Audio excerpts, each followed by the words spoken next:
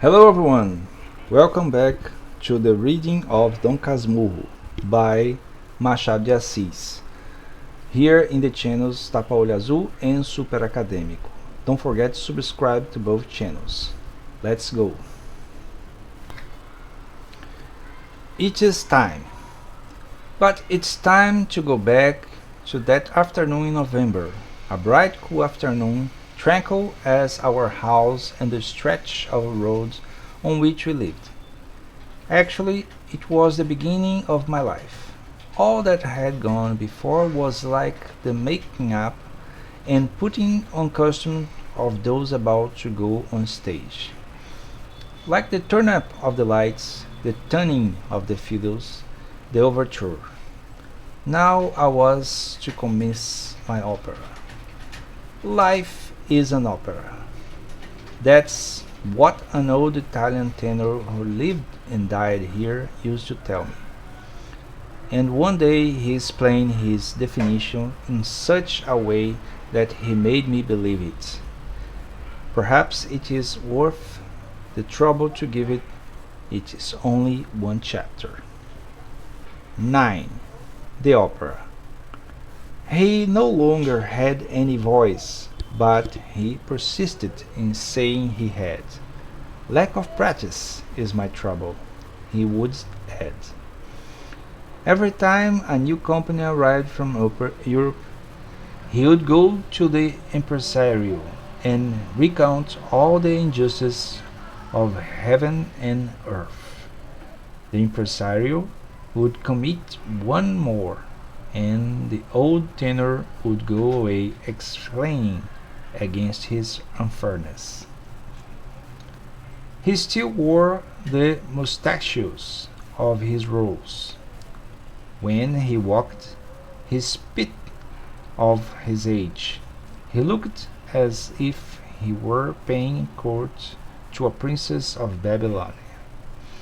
At times, without opening his mouth, he would trill over some fragment older than he, or as old. Voices muffled like that always hold possibilities. He came here to dine with me a number of times. One night, after a good deal of Chianti, he repeated his customary definition, and when I said that life was no more an opera than a voyage at sea or a battle, he shook his head and replied, "Life is an opera, and a grand opera. The tenor and the baritone fight for the soprano in the presence of the basso and the second voices. When it's not the soprano and the contralto who are fighting for the tenor, in the presence of the same basso and the same seconds. There are numerous chorus, many ballets, and the orchestration is excellent. But my dear Morcolini, why not?" And after taking a long drink of wine, he set down the glass and revealed to me the story of creation, in the following words, which I will condense a little. God is a poet. The music is by Satan, a young maestro with a great future who studied in the Conservatory of Heaven. Rival of Michael, Raphael, and Gabriel, he would not endure to the priority those classmates enjoyed in distribution of the prizes. It may be true that their overly sweet and mystic music was boring to his genius, which was essentially tragic. He started a rebellion, which was discovered in time, and he was expelled from the conservatory. The whole thing would have ended there if God had not written a libretto for the opera and throw it aside, because he considered that type of amusement unsuited to his eternity. Satan carried off the manuscript with him to hell, with the idea of showing that he was a better musician than the others, and perhaps to effect a reconciliation with heaven. He composed the score. As soon as finished it, he took it to the Eternal Father. Lord, he said to him, I have not forgotten that I learned up here. Take this score, hear it, amend it, have it performed, and if thou find it worthy of the heavenly heights, admit me and it at thy feet. No, reported the Lord, I will hear nothing. But Lord, nothing, nothing. Satan went to supplicating with no better luck, until God, weird and full of pity, consented to have the opera performed. But outside the precincts of heaven, he designed a special theater, this planet, and created a whole company with all the parts, first and second chorus and ballet dancers. Here are some of the rehearsals. No, I'll have nothing to do with the rehearsals. It's enough to have composed the libretto. I'm quite willing to split with the author's royalties. That refusal was probably a mistake. From it resulted certain incongruities, which a hearing would have detected and a friendly collaboration prevented. Indeed, in some places the words go to the right and the music to the left.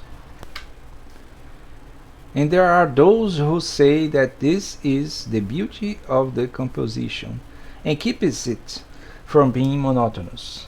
And in this way they explain the trio of Eden, the aria of Abel, the chorus of the guillotine, and the slavery.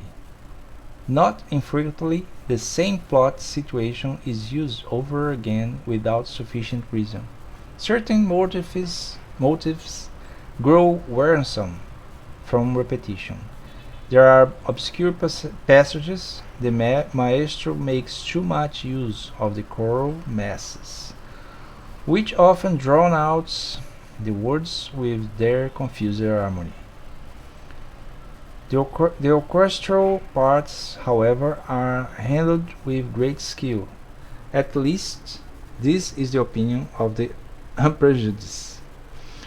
The friends of the maestro would have it that a better score would be hard to find. Occasionally, one of them will admit that there are rough spots, certain gaps here and there. But with the continued run of the opera, no doubt these will be filled in and smoothed over. Since the maestro does not refuse to amend his work where he finds it at the variance with the sublime thought of the poets, the friends of the latter take a different view. They claim that the libretto has been sacrificed, that his score corrupts the sense of the words, and that although it may be fine in some passages and contrived with art in others, it is absolutely unrelated, and even contrary to the spirit of the drama. The ridiculous, for example, does not exist in the text of the poet. It is an excrescence, an imitation of the Merry Wives of Windsor.